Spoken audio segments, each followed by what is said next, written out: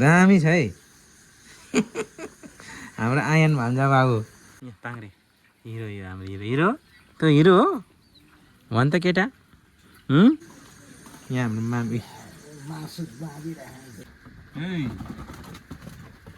को फेरि यहाँ लु है त सब्जी भेट्यो यहाँ झिङ्गानी पनि भेटिएको छ फर्सीको फुल किन कराउँदैछौ यहाँबाट नजारा दामी देखिन्छ अझै खुलिएको बेलामा दिवालीको टाइममा अझै दामी देखिन्छ यहाँबाट सानो बाछी पनि रहेछ बसिरहेको रहेछ यो चाहिँ हाम्रो साइला सिंहको घर यहाँदेखि हाम्रो छ्याङ भाइको यहाँ नयाँ किचन बनिएको छ सहर बजार जति नै डुले पनि परदेशीलाई आफ्नो गाउँघरै प्यारो कति भन्नु होइन सबैलाई थाहा भएकै कुरा हो अहिले भने चाहिँ फेरि पनि आफ्नै स्वर्ग चाहिँ सुन्दर हाम्रो सुबिनखोर गाउँमा आइपुगेको छु अहिले भने चाहिँ सरर पानी पर्दैछ होइन एकदम शीतल मौसम रहेछ यहाँ चाहिँ अहिले भने चाहिँ म यहाँ हाम्रो साइला सिंहको घरमा गएको हो माथिल्लोपट्टि चाहिँ माइला सिंह अजितको घर यहाँ हाम्रो साइला सिंहको घर यहाँनिर चाहिँ गाउँ बस्तीको चाहिँ यही हो खुबी सब्जी फलिरहेको छ यहाँनिर बगेको अहिले बजारमा हो नि यसलाई त किन्नु आम्माम खोजी हुन्छ कहिलेदेखि ओइलेकोहरू खानुपर्छ यहाँहरू कति फ्रेस ताजा यहाँ खुर्सानी हेर न डल्ले खुर्सानीहरू एकदम फलिरहेको छ बजारमा अनि यति किन्नु पऱ्यो भने आमामा पैसा त खर्लापै तिर्नुपर्छ अन्त कि कसो लु भन्नु छ पुरा पाकिरहेको छ बाटोघाटो चाहिँ त्यही हो अलिअलि अब बर्खाको सिजन छ होइन अलिअलि चिप्लो त भइ नै हाल्छ यो चाहिँ हाम्रो साइला सिंहको घर यहाँदेखि हाम्रो छ्याङ भाइको यहाँ नयाँ किचन बनिएको छ नयाँ किचन बनेर म पसेको पनि छुइनँ आज चाहिँ पस्नु पऱ्यो यस्तो चाहिँ धेरै पछि सेरे यहाँ छ हाम्रो हिरो सेरे ए यसको नाम त के थियो यहाँ हेरेन कम्ता छैन ए के हो हाम्रो माम हाम्रो आङ्गी के गर्नु भएको दुईजना माम र साइली आङ्गी ए बाहिर बस बाहिर जा तिमीहरू त सन्तानै आएछ नि त फेरि बाहिर बस बाहिर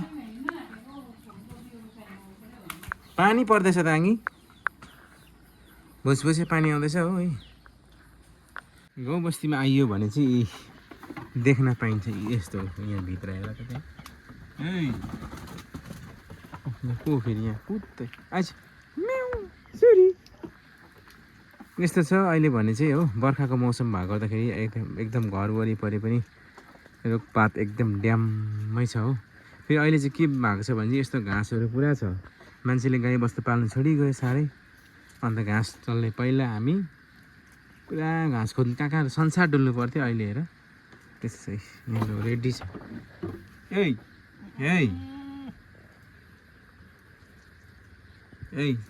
यहाँ ताङ्रे हिरो हिरो हाम्रो हिरो हिरो त हिरो हो भन् त केटा यहाँ मजाको छ यहाँ म्याङ्गो छ यता यसको नाम म्याङ्गो हो यसको नाम सेरे हो सेरे सेरे यहाँ छ मिनी आइस किन डराएको यो चाहिँ हाम्रो अजितहरूको घर माइला आसिङको घर यस्तो छ है पानी पर्दैछ नि त अहिले कि अघि धुम्म हुँदै थियो अहिले पानी आइ त गयो हाम्रो आसिङ कान्छा आसिङको घर चाहिँ यहाँ छ हेरि माम चाहिँ तलै हुनुहुँदो रहेछ नि त अन्त त्यही भएर म डाइरेक्ट हुँदै आएँ बाइक पनि राखिराखेको छु यस्तै छ गाउँ बस्तीमा यही हो अन्त यहाँ माथिल्लोपट्टि चाहिँ हाम्रो फेरि अहिले मरौ भइरहेको छ कि त्यहाँ पनि निस्किनु पर्ने छ गाउँठाउँमा त्यस्तै हो होइन यसो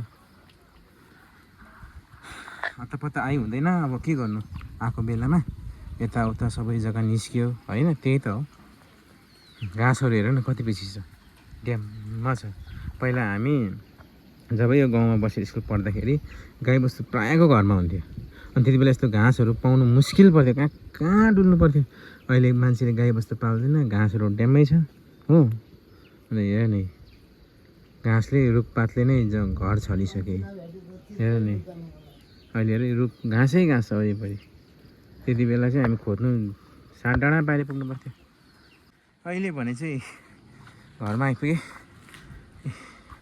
यहाँ बसिरहेको छ सेती। सेती ए सेती कुकुरहरू मजा मजाको छ यहाँ। बस बस बस बस सुत सुत।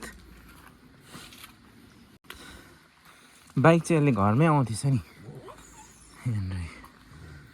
त्यो आसिङले भन्नुहुँदै थियो यहाँ बनाएको छु गाडी घरमै पुग्ने भनेको थियो कि म त याद भएन नि त। ए नचाटाइ ए पर्नु खोजिहाल्छ त। यस्तो छ है साथीभाइ हो अहिले भने चाहिँ वरिपरि अम्बकको बोट यहाँदेखि मजाले फलेको रहेछ होइन। रुख टमाटर पनि रहेछ यहाँनिर त। सानो मिठो हुन्छ यसको। परे परे परे परे दुईजना परे। ओइ पाङ्रे पाङ्रे ओइ छुट्टा त त्यहाँ मुला साग। लाक्पा नखेल तिमीहरू लाक्पा नखेल्दा। पानी त झन् पर्दैछ पारिबाट। यहाँबाट पानी परेको चाहिँ छर्लङ्ग देख्छ पारिबाट आउँदै गरेको चाहिँ एकदम। यहाँ चाहिँ अलिक डाँडामा छ कि यहाँ चाहिँ उँधो भन्दाखेरि चाहिँ अलिक चाहिँ डाँडामा छ हो। यहाँबाट नजारा दामी देखिन्छ अझै खुलिएको बेलामा। दिवालीको टाइममा अझै दामी देखिन्छ यहाँबाट। त्यहाँ पारितिर त्यो माथि अलगडा त्यो के भन्छ नि बर्मेकतिर पटेका पड्काएकोहरू छर्लङ्गै यहाँबाट चाहिँ एकदम छर्लङ्गै देखिन्छ। अहिले भने चाहिँ उमासतिर जानु लागेको म चाहिँ।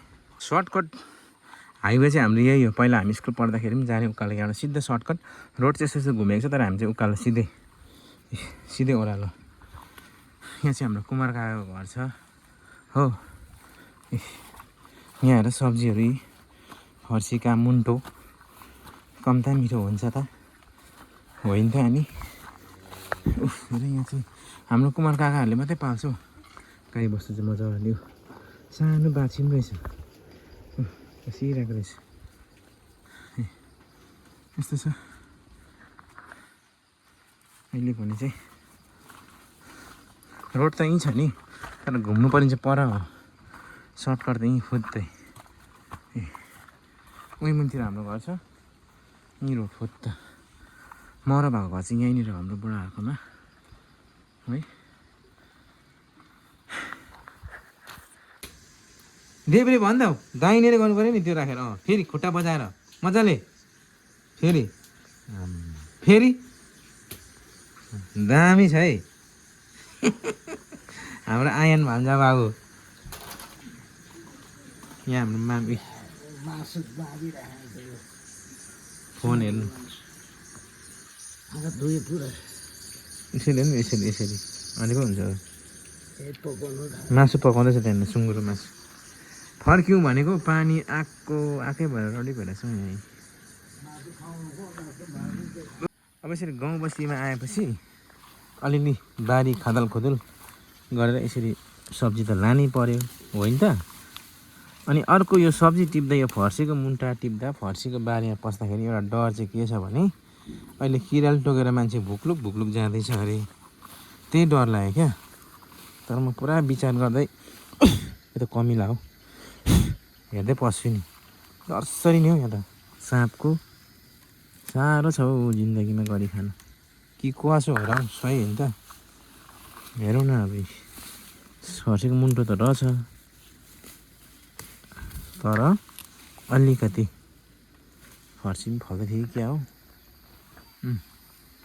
बस्तीको फाइदा यही हो। अहिले बजारमा यति एक मुठा किन्नु पऱ्यो भने घ्वाप्प 50 रुपियाँ नदिई हुँदैन। अनि सक्छ त